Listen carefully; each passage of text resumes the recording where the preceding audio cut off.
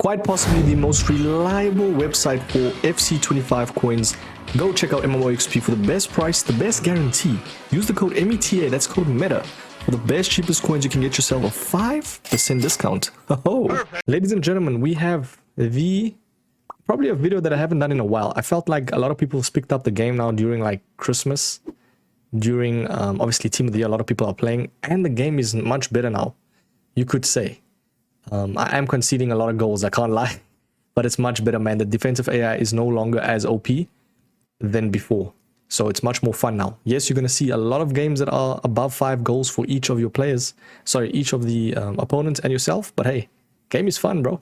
Cannot lie. We cannot fault EA for that. But we have the best settings video, game settings. So if you don't know what game settings is, it essentially is settings within your game. Bruh. I'm sorry, man. But nonetheless, we do have the preset being competitive, because that is what we play on Ultimate Team. We are playing online, and it is a pre-selected thing that we all play. So yeah, you can't change this. Shot assistance precision, I can't stress this enough, very overpowered if you know how to play this game. So if you're a player, right, that you kind of already know what FIFA is about, I'd say if you want to get better, go to precision. It helps you in the long run. Probably try it out in, like, I don't know, squad battles, professional, semi-pro, and you're going to see, yes, in the start it will seem a little bit harder to get used to, but over time it helps a lot, man. Trust me, because it kind of gets you those angles where you wouldn't get on normal assisted shooting. So yeah, assisted shooting does help for casuals, I'd say, because essentially it's assisted, man, you know. So if you're a good player, you will try and get better and go precision. Time finishing as well must be on. If you don't know what this is, basically when you press B, circle on PlayStation, the moment that your player makes contact with the ball, you press it again. Essentially this makes a more accurate shot, and it's very, very overpowered for everyone that plays the game. So yeah, I would say not all shots that are green time will go in, but there's definitely a higher chance and success rate when you do have time finishing on. Passing assistance, I'll be real, completely up to you. Most people that I know, especially pro players and stuff, they all have the same selected, like, you know, passing options. You want to kind of have, especially for through pass assistance, you want to have a little bit of a semi pass like assistance. So you don't want it too manual, and you don't want it too automatic. So I feel like now in the middle, having the through pass assistance with some help from EA helps, or from FC. So yeah, overall I would say semi is perfect for the through pass one. Now, ground pass, completely up to you if you want it assisted, semi and manual. I have it at assisted. It helps. I think most people have it at assisted right there for ground pass. Cross assistance, this is an interesting one, because I actually used to use assisted, but I felt like some of my crosses just weren't going anywhere, bro. I felt like having it at semi helps, because you can actually choose the intensity of where you want your cross to go. Especially like the longer you hold X, which is obviously square on PlayStation, the longer and the farther it will go. So yeah, lob pass assistance as well as on assisted. I feel like everyone has that on assisted. I'd say like the only one you change is probably cross assistance, you know. So yeah, pass receiver lock. So basically wherever you pass, if you want to change the direction of your pass, let's say you want to pass it right and you want to quickly change it to the left because someone's marking that player, then you can do it. So late for me and for everyone that plays the game is perfect. Definitely don't change it, man. Unless you have like, I'd say the only time that you will change it is probably if your game is laggy and you're playing on like low or high ping, high ping, like 150 plus, then animation start will help a lot. So yeah, for me, I'd say late pass receiver lock for everyone that's playing the game normally is the best option. Precision pass sensitivities on normal. I think this makes complete sense right there. Just have it in the middle. Yeah, going on high doesn't really make sense. So normal works. Let's move over to defending. Very interesting one, man. Clearance assisted, not really as interesting, but I'd say basically the direction that you want to kick your ball, directional, bro. So if you want to obviously clear your ball, let's say with circle, obviously B on Xbox. However, wherever you kick the ball, it will go. That's basically directional. If you have it on classic, it will kick it to the nearest place that it can kick it to. Does that make sense? Hopefully I'm making sense right there. So yeah, classic. I wouldn't really say classic's great. I'll be real. You want to kick it to where you want to actually aim the ball. So directional makes sense. This one's very important. Advanced defending. Ladies and gentlemen, I'd say completely up to you, man. If you a traditional type of defender that played FIFA since 09 and you just absolutely love tactical defending, by all means go tactical, man. I felt like it's the most traditional way of defending. However, over the past few years, EA have added advanced defending. I feel like it was FC24, right? Or was it this FIFA? No, it was FC24 where they've added advanced defending, and it helped a lot for the people that kind of want to differentiate between their tackle types. So do you want to shrug a player off the ball? In this case, you're holding down A or pressing it, X on PlayStation.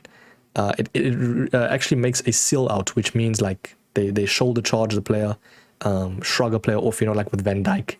Yeah, voice crack, etc, etc. So for me, I felt like it works wonders because you can actually kind of manually defend in a way. So advanced defending for me works. So yeah, you can choose between the tackle types that you have, ideally. But if you felt like that's a little bit too much information, you just want like one way of defending, you know, you hold down X, you do your own thing, by all means go tactical. But the players that want to actually improve, advanced works, man. A lot of pros have been using it. So yeah, pass block assistance is on. That's pretty self-explanatory, man. Whatever assistance it is, you want to use the one that EA are giving you. Why be at a disadvantage? You know, you can obviously also play around with these type of things. See how it is. That's the joy of it, man, with settings. But you want to also use settings that ideally make the game easier to play, because the game's already hard as it is. But yeah, auto switching as well is a very interesting one. Completely up to you. It kind of means like wherever you want to switch the player, it goes through loose balls. So let's say by like corners, it just basically auto switches on air balls or loose balls. It helps a lot when you do on air balls and loose balls. So for me, I felt like that's the easiest one. So yeah, I'm also trying to make settings for people that play the game casually as well, you know. I'd say the only downfall about, or the only thing to not play casual is probably the advanced defending and then the shooting one, the precision shooting. So if you are casual, change this to obviously assisted. And then if you still a casual, I felt like advanced defending though as a casual can work, but I'd say change it to tactical though if you're a casual player. But yeah, auto move assistance is going to be on low. It makes sense right there. I'll be real. I want to play around with this one, eh? Because essentially what happens with auto switching move assistance is the player runs on their own run, like kind of the AI runs just a little bit more. Like let's say if you switch to a player, that player that you initially had will still make that small additional run. So it kind of helps sometimes, but I felt like now that can make your players like go out of position sometimes. So having it on a none actually low-key helps. Tell me in the comments if you guys have seen any difference with this. But I feel like auto switch move assistance is on none, bro. I'm not gonna lie to you. Definitely think that is the better one because you want your players intact, fully like aware, not doing their own runs or going out of position. Does that make sense? So yeah, right stick switching is going to be on classic, and player relative, it's just always been a thing. If you want to change it, you can, but I felt like why do that if everyone's using classic and player relative? I'd say you can definitely, if you want to change something, change the right stick switching sensitivity. Now I used to have mine at like 4, change it to 5, kind of makes a bit of a difference. It's basically like the intensity of how fast the right stick kind of reacts, if that makes sense. So having it at like the middle ground, I think just works ideal. It's traditional, it works. Next player switching as well as classic. We got reaction time calibration. I have no idea what the hell this is, but everyone seems to turn it off. So I just turned it off. Tell me in the comments, man. Very intrigued to know. That's just too much yapping going on right there in the, yeah, reaction time calibration. EA, you can hold that one, brother. Yeah, player lock, so important this year. Ladies and gentlemen, if you know how to player lock, my friends, I'm telling you right now, it is a game changer, bro. Especially now post-patch. Just every time, bro.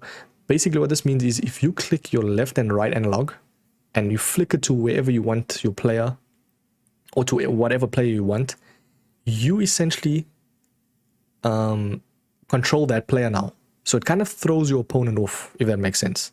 What you can also do to like double on them, on your opponents, is do the player lock in game, and kind of like catch your opponent out, bro, and then bring it back. So then click your right and left analog in as well again, and then it kind of throws them off. You know, it's very unpredictable because they think you're gonna like run with your own player on a like different pattern run, and they're like, nah. You know what I mean? Like it's actually very OP. If you see a lot of players doing it, a good guy right there. Shout out to M-Bytes. I think he's actually live right now. If I look at M-Bytes, right, the man is insane at player locking. Like, hopefully I can find it here. Let's see if he does it. Okay, he doesn't do it here, but let's see. Okay, that is a very nice goal from him. Fair enough. But what I'm trying to say is he obviously won't do it. That guy probably quit that he was playing with. But yeah, what I'm saying is just leave player lock on. Use it if you are playing squad battles. If you're casual, go into squad battles, click your left and right analog in, flick it to whoever you want attacking. It's going to do wonders for you, man. Trust me. And then we've got obviously save assistance, analog sprint. I think for PlayStation, they've got like 2 other options. Leave all of that off. It just doesn't make sense to leave it on at all, trust me. And then save assistance, I don't think actually matters that much in this game. I don't even think it like matters online as well. But yeah, all the goalkeepers are shite. Who cares? And then we've got obviously match. We're going to go to camera now. A lot of people ask me in my comments, what camera are you running? I use co-op, but the thing is, most people that use co-op go 20 height and 0 zoom, because apparently you can see the whole pitch. I just use co-op normal. I felt like it works for me. I'm used to it.